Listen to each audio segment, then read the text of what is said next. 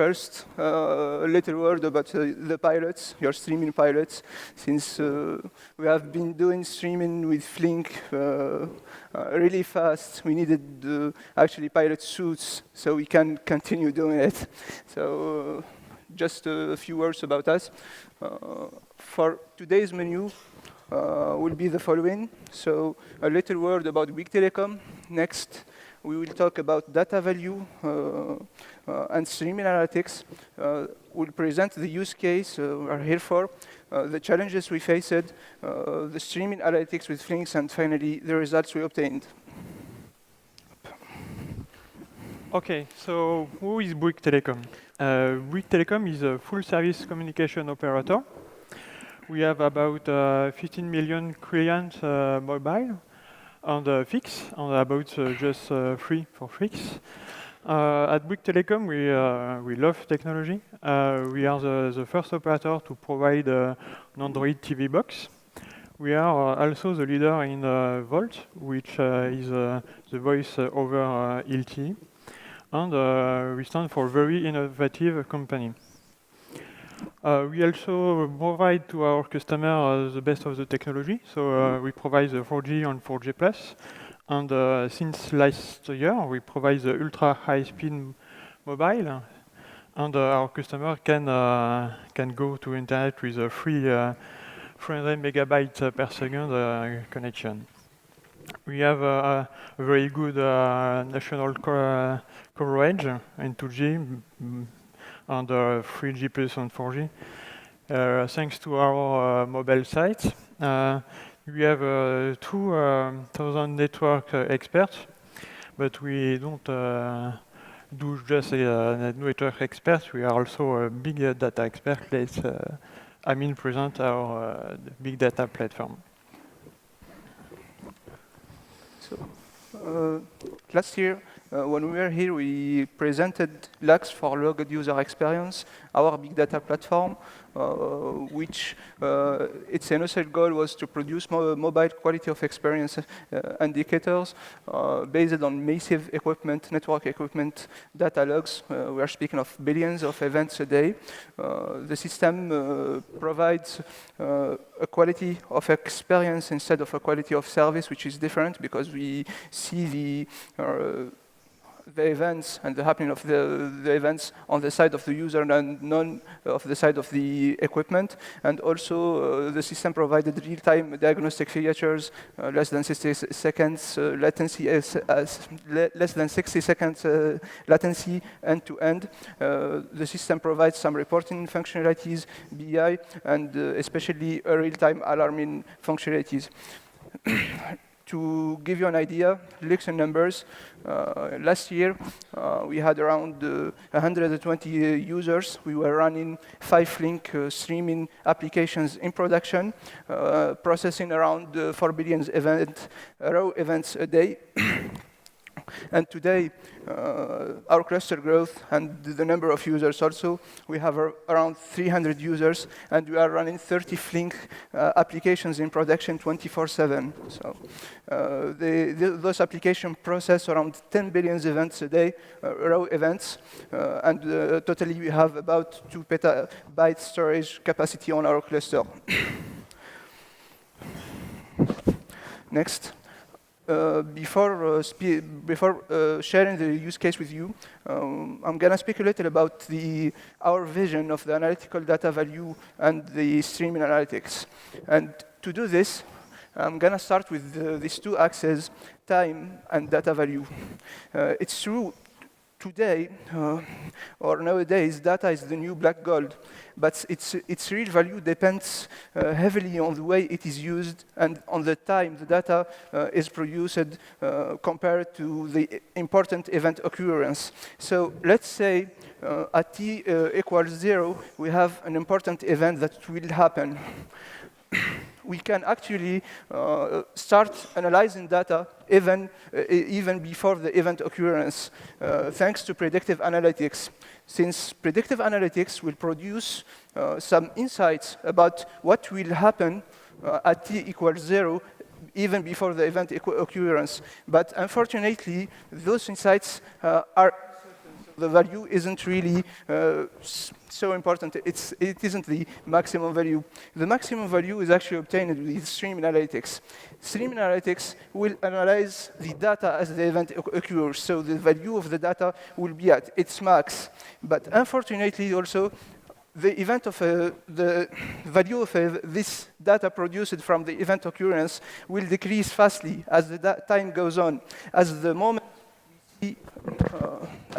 we are seeing as the current now will vanish as the time goes on, and data will lose its analytical value. Before finally being analyzed using advanced analytics, which are mainly designated to do some diagnostic features or advanced deep learning algorithms to construct models and stuff. So data is most valuable now because all the important events happen now and exactly now, especially in real-time systems such as monitoring systems, when you don't want to miss important events that can even save lives. To summarize about data value, to get the most of the data, we have to process it as fast as we can. But first, we have to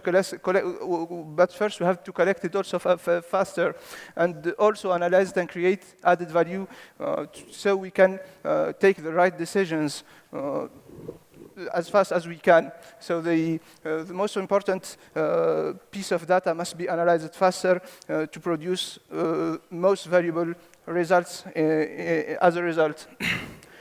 So now for the use case. So as a French telecom provider, I'm going to start with this beautifully colored France map. We do have what we call a GNOC for Global Center Network Operating Center, crowded of network engineers whose 24/7 jobs are to monitor what's happening on the network, to identify problems happening everywhere on our network, and run a classical process of identifying, qualifying a problem, and looking for a solution.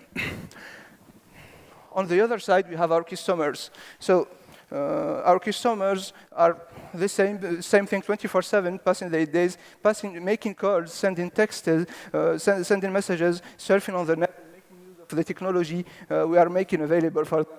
And those customers may be on the whole network, on the whole map of France. And also one thing. As you all know, it depends on the density of the population. So the regions where there are more customers will have more calls. But sometimes we notice some problems, such as this region here, where we do have a lot of calls or a lot of communications that share the same pattern. And from a global point of view, so everything is going actually quite good on the network. It's true we do have some incidents, 3 here in my example. We do have a lot of calls on the network, so everything is working. But also we can say it depends on the moment of the time. So because in busy hours, people have more the tendency to call more and send more messages, so we do have more traffic on the network. But when all those calls share a specific pattern, as they designated to the same specific number, such as emergency numbers or our dedicated call center numbers, or all those calls are failing or stuff, so something may be wrong. And the idea behind our use case is to identify such problems. So to summarize, we do have here a simple but valuable use case that needs to analyze the entire call traffic going on our network, considering multiple aggregation access, so we can perform fine-grained analysis to identify and detect what's happening on our network as fast as we can, and provide and generate the alarms so people can act behind. Also, we need to compare the results with historical data value trends to provide more accurate insights. To achieve this use case, we face many challenges. As Amin explained, quickly as we have the KPI, most valuable it will be. So we need a very low latency on streaming counters. As you think, it's a very critical application. So reliability is a must. And we have a lot of different flow. We do a correlation between all of them. And time management is very important because it's a global telecom network. So the event can be totally out of order or very late. And the flexible window management and specific watermark emission is also very important. I will explain a little more about sweeping analytics and the time management. Like a classic way, we begin with the processing time. We have event, we come like a flow. And it seems very good, but if I add the real time of the event time, we can see that it's totally out of order. And it may be like some event may be very late. So event time is very important, and the way to manage the window is critical. So in this example, to simplify, we will take a doubling windows of 5 minutes. So we want to group all the green events. Maybe at a time we think that's sufficient, so we need to fire the computation, and then we can do all the KPI in this time. But you can see that there is some late event will be not part of the first window, so we must handle this with a flexible way, like this one. So just a little question, Thomas. So what are the choices for such late events? So there is many different possibilities. If you need very accuracy, we need to retrieve them and to manage them in your sync or a different way, like that. Okay, thanks. And we can continue with some feature of Flink that made us choose this framework. Like I explained, the built-in functionality is very important, like a custom watermark extractor or custom trigger. And now it's a stateful streaming, so checkpointing and save points for critical application is very important. We can do update of Flink or drop graph without data loss. We also need a very performant framework because there is more and more events. So high throughput is a must-have with a low latency, and Flink is not greedy, so you can say that it is excellent memory management. And the different standard Windows management, like doubling, sliding, and more recently session window, is very cool. To focus on our use case, we can begin with a very high-level architecture. At the beginning, we have all equipment that produce events, like phone or radio, IoT. We collect all of them with a unified Apache Camel job and send it to our Kafka queue. Then we have a lot of Flink streaming process. The first step is to enrich the data because it began with a very raw type because it came from telco equipment. So we use Redis because we must do it fast, and then we can compute and send it to our different things. If there is a problem, we can send from alarming systems through SNMP protocol, or for other computation, we can use our Hadoop cluster, and for our database, we use HBase and Tableau. I will let Amin go more details. Just a little more details about the this architecture. So to start, we're going to start with our Kafka cluster, which contains multiple Kafka topics, T1 to Tn. Those topics are actually data types. For each data type, we do have a Kafka topic. We'll call these topics rows. So what we already have had in production is multiple Flink jobs running, doing all the classical data integration tasks, such as enrichment, decoding, encoding, or even data anonymization, as our friends presented this afternoon, to produce the resulting data into new Kafka topics called T'1 to T'(n), each having multiple partition and stuff. So the analytical app will take the result of this enrichment. So it will take the usable data. It will not take the raw data. It will not re-execute all the tasks of data integration, but it will take directly the result and apply windowing and grouping by functions on it in order to produce the needed KPIs with the specific aggregation access. The resulting data will be written into HBase to provide access to the data, fast access to the data, and to make the data usable by the user as soon as the streaming application finished processing it. So our final users will use Tableau side to side by Impala to access the resulting information from HBase. Also, the analytical app will send alarms if some specific conditions were met to other legacy systems that we already have in the company.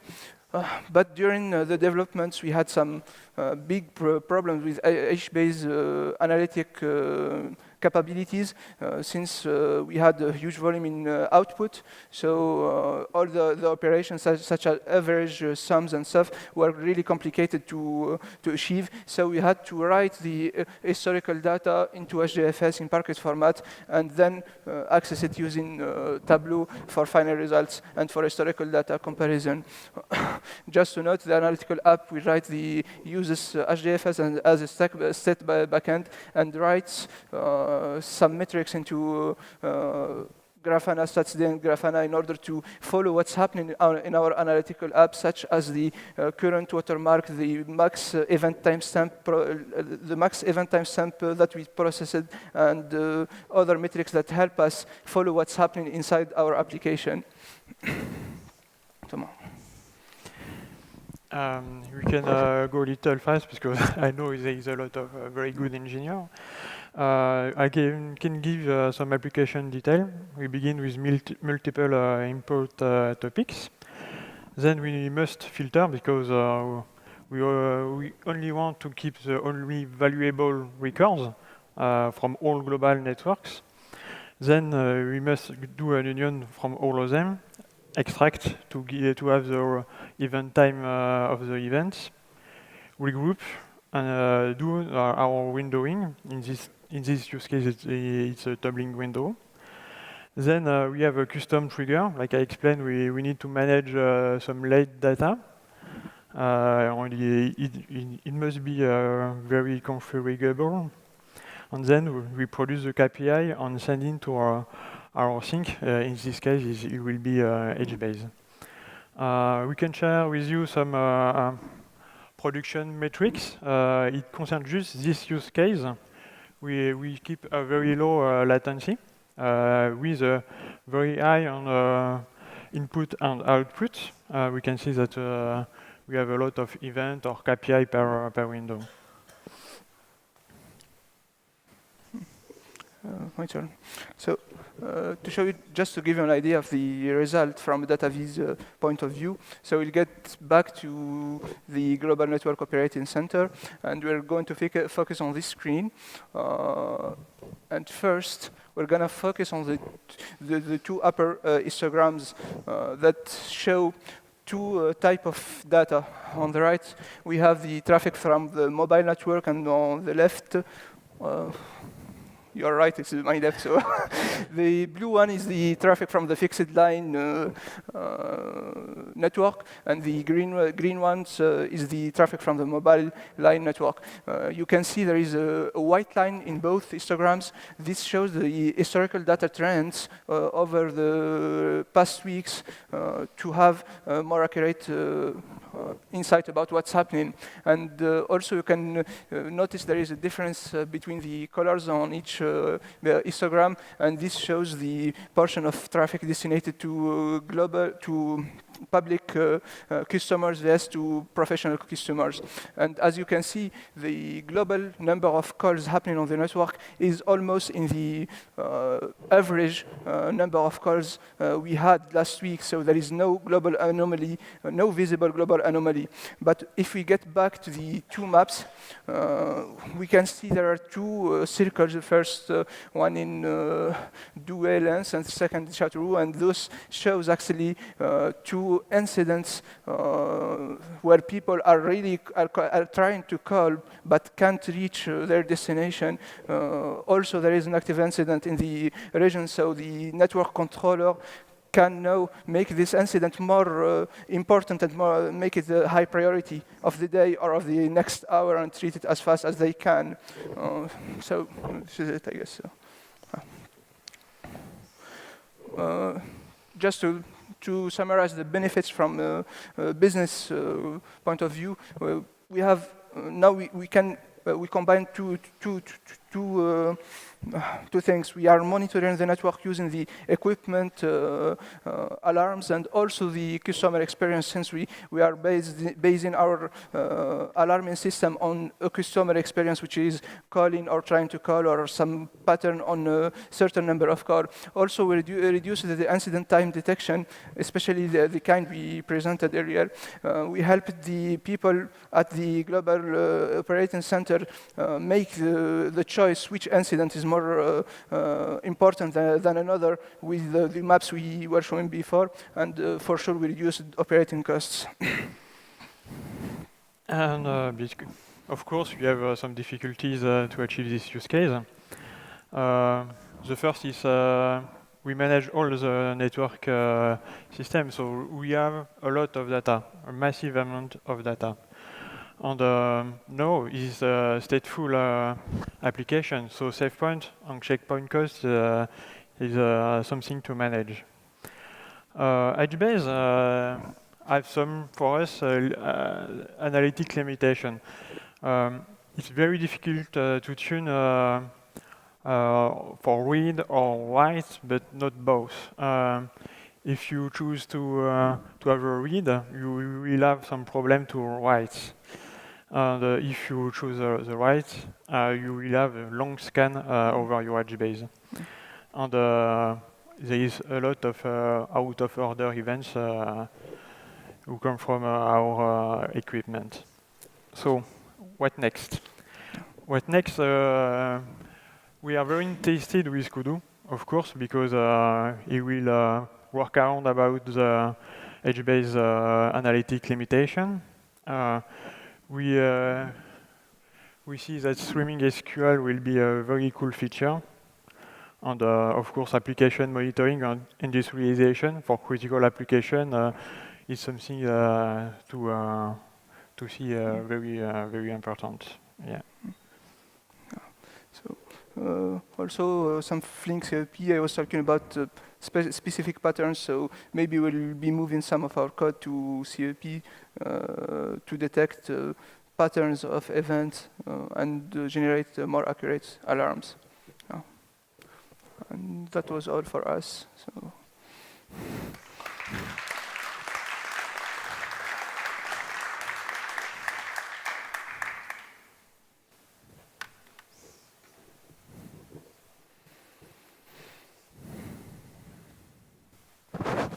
I have a question over the alerting part.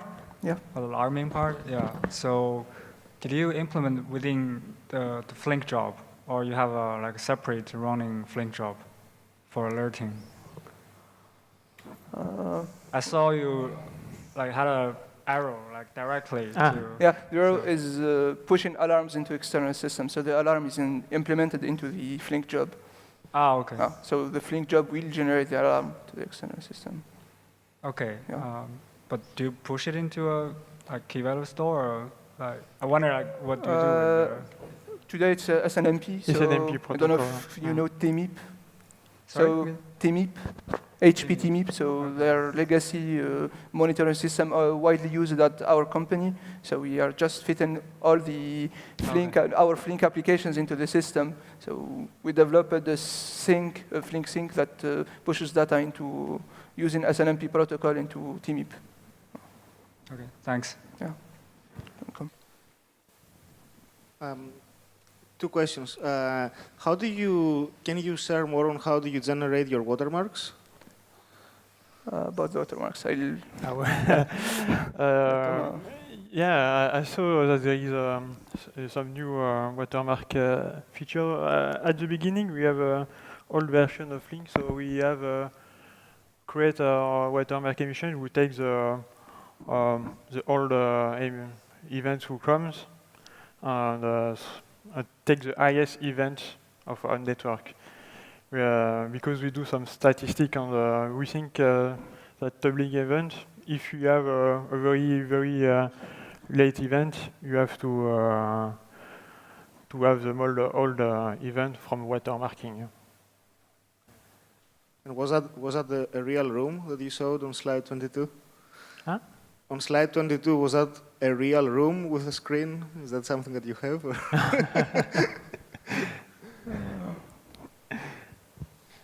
You mentioned that you might replace HBase with Kudu, and I think that's a great possible application with Kudu. Are you planning to also experiment with the Redis part to maybe plug Kudu in there? Do you think that it might make sense also there for your applications? Yeah, sure. Having a Kudu connector will help us a lot. So, because today the main difficulties we had are with the storage side. So, how to make the data available for users. So, resolving the triangle between HBase Tableau and HDFS will help us a lot. Because the other side, the computation side, it was pretty easy. All the functionalities were already available in Flink, just as like we showed. So we used standard map functions, filters, window bus, everything was here. What's missing on the other side is really the storage layer that doesn't answer our need. So, thank you. Yeah. Okay, question here. You mentioned SQL on one of the last slides. What applications? Is it for ESO programming or is it for interactive querying? So what would you? Maybe offer new possibilities to our end users to explore the results. Because what we, just like the screen I showed about the Tableau map, it's a little closed system, so they can't change stuff before asking for evolution from our side. And doing some streaming SQL would make the